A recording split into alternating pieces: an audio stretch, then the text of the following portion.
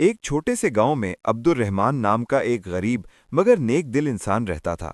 اس کے پاس نہ زیادہ دولت تھی اور نہ ہی کوئی بڑا عہدہ، مگر اس کا دل ایمان کی روشنی سے بھرا ہوا تھا۔ عبدالرحمان روزانہ فجر کی نماز کے بعد دعا کرتا اور کہتا، یا اللہ، مجھے حلال رزق دے اور صبر عطا فرما۔ گاؤں کے کچھ لوگ اس کی غربت کا مذاق اڑاتے تھے۔ وہ کہتے، نماز اور دعا سے کیا ملتا ہے؟ دولت تو محنت اور چالاکی سے آتی ہے۔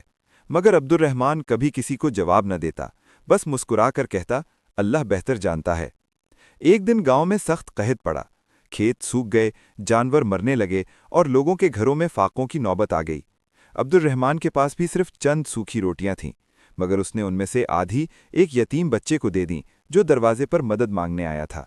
اس کی بیوی نے حیرانی سے پوچھا، ہمارے پاس تو خود کچھ نہیں، پھر بھی تم نے دے دیا؟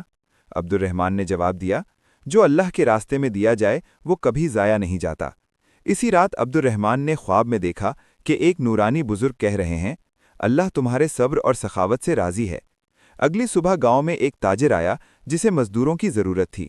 اس نے عبدالرحمان کو کام دیا اور اس کی ایمانداری سے متاثر ہو کر کچھ ہی دنوں میں اسے اپنا معتمد بنا لیا۔ چند مہینوں میں عبدالرحمان کی حالت بدل گئی۔ اس کے پاس حلال رزق آیا، گھر میں سکون پیدا ہوا اور اس نے غریبوں کی مدد شروع کر دی۔ وہی لوگ جو کبھی اس کا مذاق اڑاتے تھے اب اس کی عزت کرنے لگے۔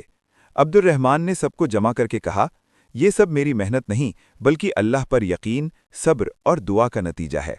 سبق: یہ کہانی ہمیں سکھاتی ہے کہ اللہ پر بھروسہ، صبر اور سخاوت کبھی رائیگاں نہیں جاتے۔